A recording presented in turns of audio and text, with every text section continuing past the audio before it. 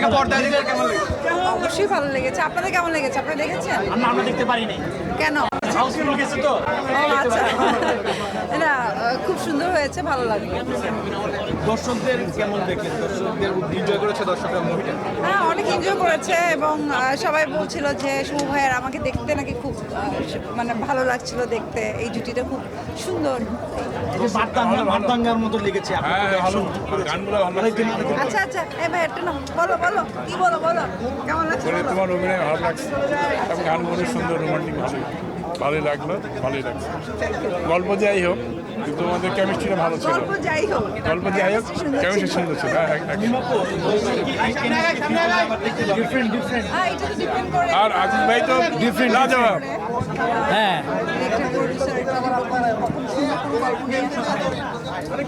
একদম ডিফারেন্ট। খুবই ভালো দর্শকদের যে রিয়াকশন, এটা খুবই ভালো। আর মিম তো অসাধারণ, মিম সুন্দর লাগছে। এরকম ভাবে আরো হওয়া উচিত। মালিকটাও চাই, মালিকটু খুব ভালো হয়েছে, খুব ভালো হয়েছে।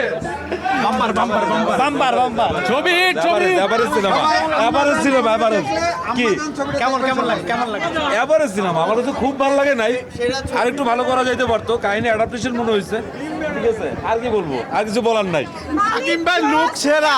মিমাপুর অ্যাক্টিং জাস্ট অ্যামেজিং, আমার কাছে ভালো লাগছে। হাকিম ভাই look। মারদাঙ্গা আচ্ছা, হাকিমের লুক তো অসাম, টোটালি ডিফারেন্ট এবং গান ইয়েস মানে মিমের এই দুটো গান সুপার হিট। হাকিম ভাই লুকে কিছু ভালো লাগে। হাকিম ভাই লুক ইয়ো লুক, হাকিম ভাই লুক ইয়ো একদম জোস।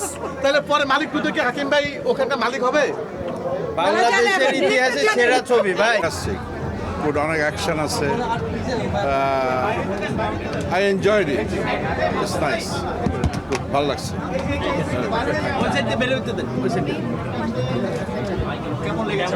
অনেক ভালো লেগেছে, different, it was very nice, thank you. দেশে দেশে সবার সাথে দ্য নিউজ।